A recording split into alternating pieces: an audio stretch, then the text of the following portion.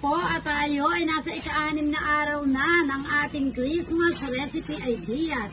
At ngayon po ay medyo social po ang ating lulutuin. At iyan ay ang creamy pesto pasta. Ito po ang ating mga sangkap. Simpleng-simple. Pause nyo na lang po. Maghiwa na po tayo ng sibuyas at bawang. At pagkatapos po, ilaga na po natin ang pasta.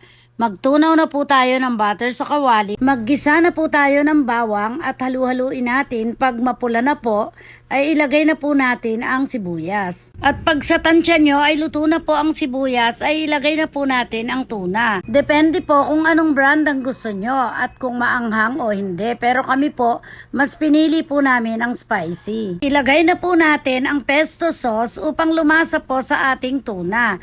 At pagkatapos po, ilagay na rin po natin ang nestle cream. Haluin po natin upang mag-mix po lahat ng mga sangkap. Nasa sa inyo po kung gusto nyo pa pong lagyan ng timpla, pero kami po mas pinili namin na wag dahil ayos naman po ang kanyang alat at tamis. Ngayon po ay yung nilaga nating pasta ay pwede na po nating ihalo. Halu-haluin po natin at nang mag-mix na sa ating sauce at nang maging mas malasa. At pwede na tayong mag-plating at eto na ang creamy pesto pasta. O diba, meron na tayong iba't ibang uri ng ulam at ang pangkumpleto natin ay ang pasta. Para maiba naman dahil simple lang naman itong lutuin at siguradong magugustuhan. At tsak po, patok ito lalo na kung may mga bisita kayong medyo sosyal.